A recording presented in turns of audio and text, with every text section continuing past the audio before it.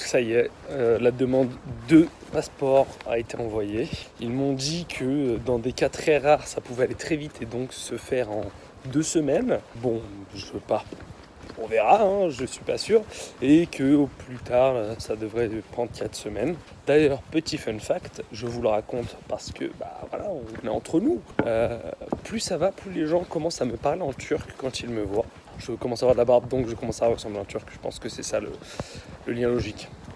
Donc pour tuer le temps et pour pas perdre trop de sous, j'ai pris contact avec un café qui est situé à Isparta, pas trop loin d'Antalya.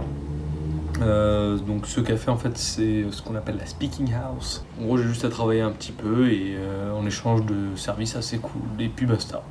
Avec d'autres volontaires on va devoir nettoyer le café, on va devoir tenir compagnie aux différentes personnes qui viennent visiter le café et parler en anglais, raconter nos vies, rigoler, jouer à des jeux, enfin bref, c'est super cool comme boulot et ça me chauffe de fou malade. Donc voilà, c'est très content que je me dis que je vais découvrir un petit truc un peu nouveau. On est bien arrivé à Isparta, aussi connu sous le nom de Petite Sparte. Je viens de l'inventer. Là, je me dirige vers le café pour aller rencontrer les gens chez qui je bosserai. Donc voilà, une demi-heure de marche avec Godefroy sur le dos. Et bon, tranquille maintenant. J'ai les gambettes qui sont prêtes. Oh, doucement là le son. J'ai les gambettes qui sont prêtes. Tout mignon comme petit chemin.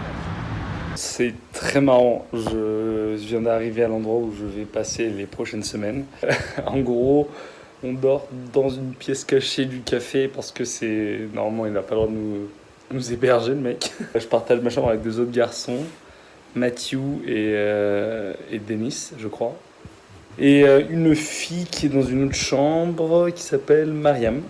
Ça a l'air rigolo. Je pense que ça va être très marrant. Donc voilà la speaking house, le café où les gens discutent, avec donc 2 grandes salles où les gens jouent.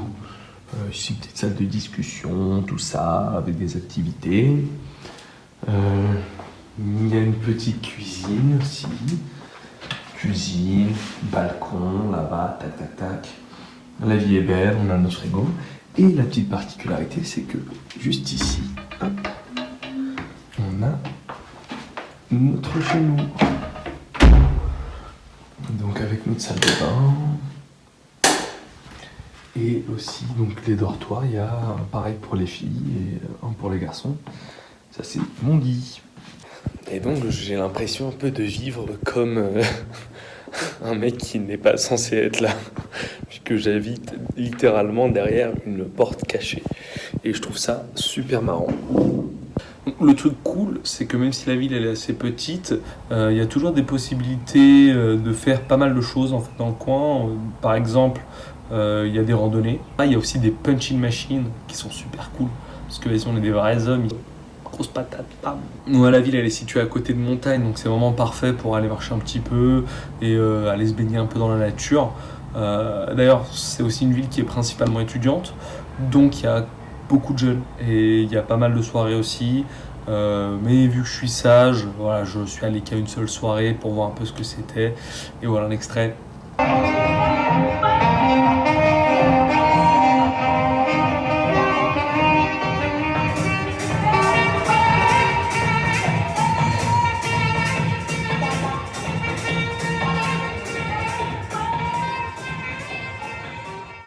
On est en haut de la montagne. Petite chanson. Et mes copains, ils sont là-bas. C'était quand même vachement cool, mais le meilleur truc dans cette expérience, en fait, c'est que j'ai pu reprendre une vie un petit peu normale. Donc voilà, j'ai fait pas mal de sport, j'ai pris une petite routine de base, un peu de montage, un peu d'écriture. Et je dois avouer quand même que ça fait beaucoup de bien. J'ai aussi rencontré pas mal de gens super avec lesquels je me suis super bien entendu, comme Denis. Par exemple, ce jeune New-Yorkais voyage maintenant depuis pas mal d'années. C'est un scénariste qui a l'air super talentueux. J'ai adoré aussi parler avec lui. Il a un point de vue qui est vraiment particulier. Il y a plein de choses à dire. Il y a tout plein de sujets qu'on a pu aborder ensemble. Il y a des trucs super profonds, genre sur le sens de la vie et tout. Il y a d'autres trucs vraiment, voilà, débiles. Mais bon, c'est super rigolo. Et vraiment, j'ai adoré passer du temps avec lui. Une autre rencontre super marquante, c'est Misha, qu'on voit ici. Lui, c'est vraiment le cliché de l'allemand. Il a 23 ans, c'est un software développeur, il aime faire des randonnées, marcher, aider des filles débiles, ça c'est son dada. Bien sûr, il a trouvé un bon partenaire en la personne de moi, parce que qui dit des filles nulles, je saute, moi je suis toujours partant pour ça.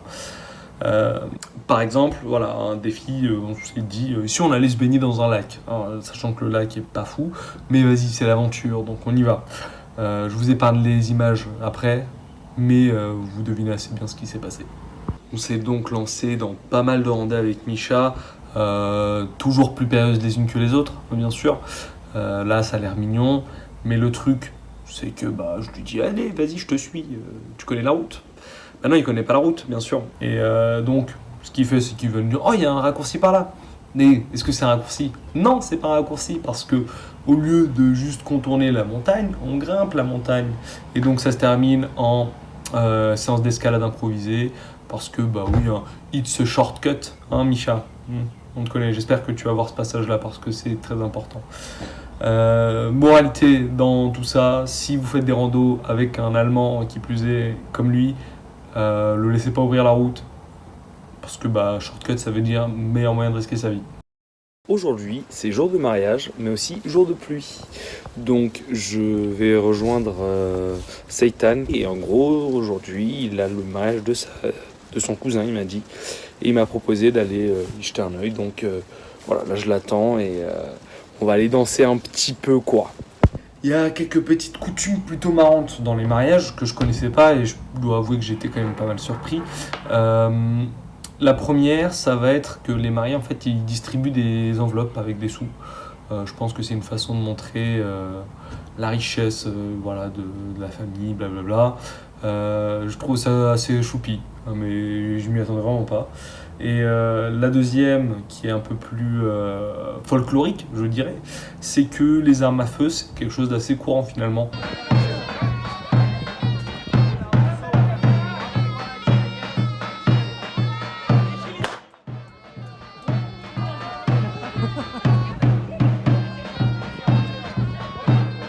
Pour annoncer qu'il y a un mariage dans le village, en gros, ils vont tirer avec des armes à feu en l'air, boum boum boum.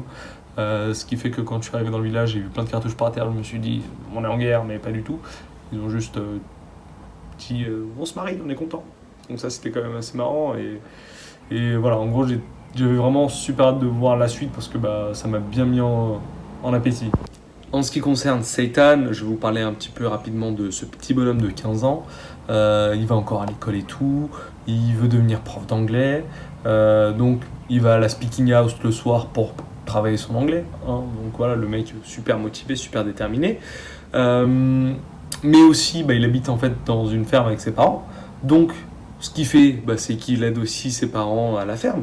Il va s'occuper des animaux, il va nourrir le bétail et tout le tralala. Donc j'étais assez surpris. Et en attendant la fête, je l'ai accompagné dans une petite journée assez classique à la ferme. Il m'a dit c'est une journée un peu chill. Donc déjà, quand il fait froid, faut aller chercher le bois pour allumer le poêle. Faut attendre que ça chauffe. Ça a l'air de rien, mine de rien, mais ça fait quand même une grosse différence. Nous, on a juste à tourner un bouton, allumer le chauffage. Et c'est réglé, la vie elle est belle, il fait chaud. Pareil, pour l'eau chaude, il y a tout un calorifère à mettre en marche. Nous, on a juste à tourner le robinet vers l'eau chaude. C'est des trucs assez dérisoires, mine de rien, mais c'est le confort qu'on a. Sinon, après classique, on va juste s'occuper des vaches, on va nettoyer les étables, nourrir les bestiaux, aller chercher la paille, faire bouger les animaux d'un point A à un point B, nourrir les veaux aussi, c'est quand même c'est pas rien. Et bref, il fait tout ça, il a 15 ans, et j'ai beaucoup réfléchi sur notre chance, le confort aussi qu'on a dans nos vies. On ne se rend pas forcément compte de tout ça, et pourtant c'est une réalité. Pour certaines personnes, c'est travailler, pour nous c'est faut que je révise pour mon prochain examen, ou alors j'ai envie d'aller voir mes copains. Lui il est en train de nourrir des animaux. Ah oui, et autre particularité des mariages, c'est que en fait il faut à manger pour tout le village. Donc typiquement, ils ont fait à manger pour 1 millier de personnes à peu près, parce que n'importe qui veut manger doit pouvoir y aller et se nourrir. La logistique pour la cuisine, du coup, c'est pas la même, hein, je vous laisse deviner, c'est pas à petite poêle, non, c'est voilà, une grosse marmite sur un feu, bien vénère.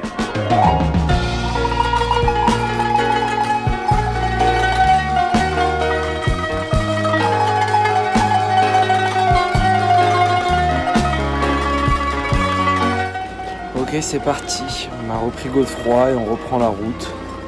Isparta, c'est fini. C'était une super bonne expérience. Franchement, si c'était à refaire, ouais, je perdrais mon passeport à nouveau parce que j'ai pu rencontrer énormément de gens. Mon itinéraire, il a pas mal changé aussi du fait que j'ai perdu mes visas et aussi des rencontres que j'ai faites. Donc, je vais continuer à me balader encore une semaine, 10 jours en Turquie et après, on prend la route pour l'Iran. Donc on fait la route de la soie. Encore une fois, merci à ceux que j'ai rencontrés si jamais vous voyez cette vidéo. Merci la Speaking House à Isparta. C'était une chouette expérience et non, je ne parle toujours pas turc malheureusement.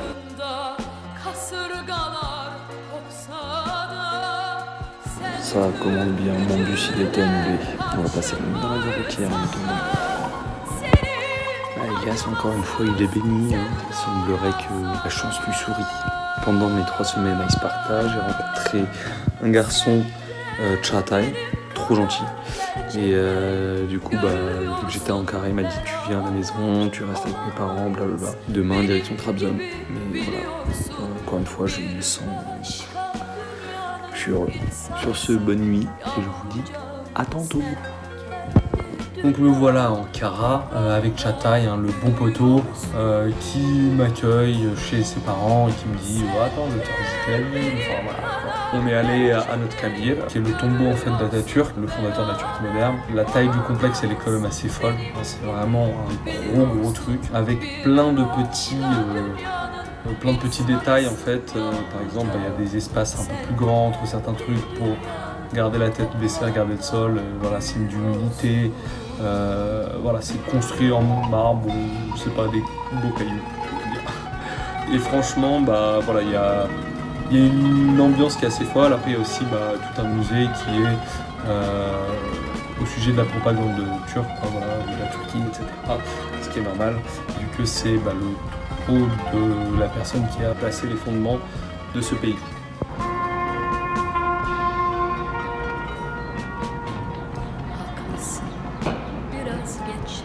Donc une fois de plus, je quitte cette famille qui m'a accueilli avec le cœur lourd. En plus, vraiment, je me suis super bien entendu avec eux. Ils ont été super accueillants, super touchants. Et je m'avance maintenant pour de nouvelles aventures à Trabzon. Sözleri susarak açtık. İnsan acılarla kıvransa da ve o aşkta bir daha doğsa da dünya. Bien arrivé à Trabzon et maintenant on marche. On va essayer d'aller au monastère et après on reviendra pour retrouver le couchsurfing de ce soir. Je suis bien arrivé à Machka, qui est la dernière ville, si on peut appeler ça une ville, avant le monastère. J'ai 16 km encore à parcourir. Je vais essayer d'autostopper un peu pour faire cette distance-là sans prendre toute ma journée. Je suis content. Pour la première fois, une femme s'est arrêtée pour me prendre en stop. De son nom Gezim. On a réussi à échanger un petit peu. Elle devait juste rentrer chez elle et me déposer. Donc c'est un village qui était sur la route. Elle a pris sa mère avec elle et elle m'a accompagné jusqu'au monastère. Je crois que sa mère, elle voulait nous marier à un moment donné. Elle m'a fait des petits signes et tout. J'étais en mode non. J'ai dit que je ne rentrerai pas marié. De toute façon, si je me marie, je vous inviterai tous, vous inquiétez pas. Ou là, je continue à pied jusqu'au monastère, ce qui ne devrait plus être très loin. Ok, autopark à 100 mètres. On va voir en combien de temps je fais les 100 mètres. J'ai mis 1 minute 6. La perf, elle est éclatée. Et je viens de passer un contrôle. Ils m'ont dit c'est dans 4 km. Est-ce que tu veux prendre un bus? J'ai dit j'ai plus de cash. Est-ce que je peux payer par 4? Ils m'ont dit non. Je dis pas, je vais marcher. Je me suis dit que j'allais leur faire pitié. Que nenni! Ça leur a pas fait pitié, ils m'ont dit bah bon courage.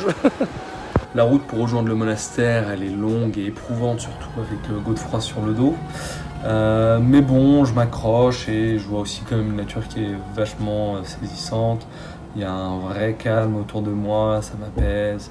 Je croise même des chèvres avec un berger. Enfin, voilà, les 4 km ils sont longs à parcourir, mais petit à petit j'arrive au bout. Regardez comme les gens profitent de la société de consommation pendant que d'autres prennent le temps de se promener. Non, ils ont juste de l'argent et moi j'en ai pas. Mais je rencontre des belles chèvres.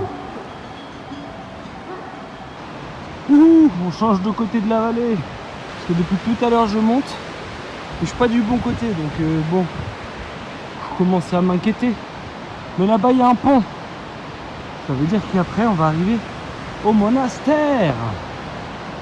Ah ouais, par contre ouais, ils étaient sacrément pieux les mecs à l'époque, hein, parce que pour faire ça à pied, faut le vouloir. Surtout qu'ils devaient sûrement être chargés pour monter le ravitaillement, blablabla. Après vous me direz, ils avaient peut-être des ânes ou des chevaux. Ce qui est une bonne chose. Sur la route, je croise 2 autres touristes, Masha et Dalton, qui me proposent en fait de les suivre dans leur aventure pour la journée.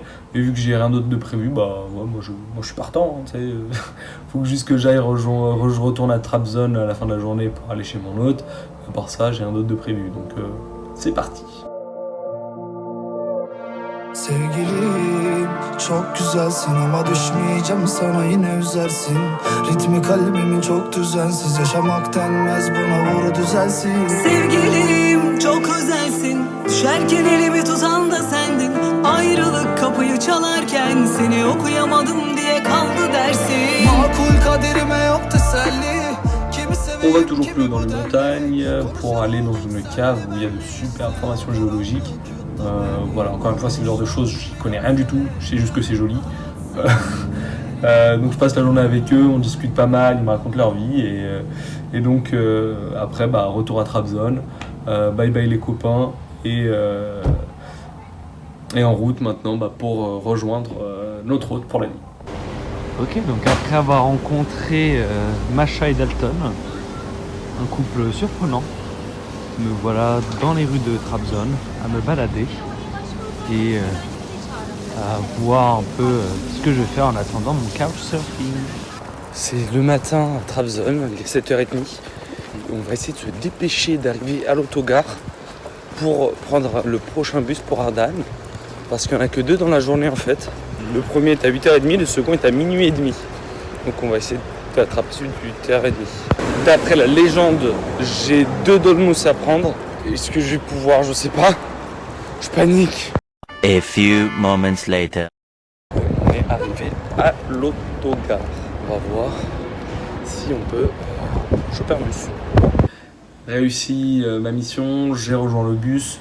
Donc le bus il est vide et je suis en route pour Ardahan pour aller rejoindre Hamza donc, que j'avais rencontré dans mon train entre Budapest et Bucarest. Ça remonte au début du voyage. Le monde il est pas si grand finalement parce qu'on finit par rejoindre les mêmes personnes ou revoir les mêmes personnes. Surtout bah, si on veut bien voir. Oy oy oy yedi beni, ömrümden deli deli. Yıllanmış kehribarım, çekmekten derdi seni. Gözlerinin ehli benim, ben unutmam derdi seni. Aşkından tarumarım, bu karanlık yuttu beni. Oy oy oy yedi beni ömrümden deli deli. Yıllanmış kehribarım çekmekten derdi seni. Gözlerinin ehli benim, ben unutmam derdi seni. Aşkından tarumarım, bu karanlık yuttu beni. Voilà, c'est bientôt la fin de mon séjour en Turquie. Une fois n'est pas coutume, il y a des choses, s'il y a des choses qui vous intéressent en particulier, bah, dites-le moi, comme ça bah, je pourrais essayer d'aller plus dans le détail. Mais bon, dans les grandes lignes, voilà ce qui se passe. J'espère que tout le monde va bien. J'espère que tout se passe bien pour vous. Prenez bien soin de vous. J'ai hâte de vous retrouver les Troumouza. Vous me manquez beaucoup. Et encore une fois, bah, j'en prends plein les yeux, mais je me rends compte aussi bah, de la valeur qu'ont la famille et les amis que j'ai laissés derrière moi. Voilà. Prenez soin de vous. À très bientôt. Ciao. Oy oy oy yedi beni, ömrümden deli deli. Yıllanmış sevmekten derdi sev.